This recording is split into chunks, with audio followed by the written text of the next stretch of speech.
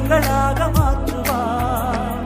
வளமுடன் வாழும் வழியை காட்டுவார்.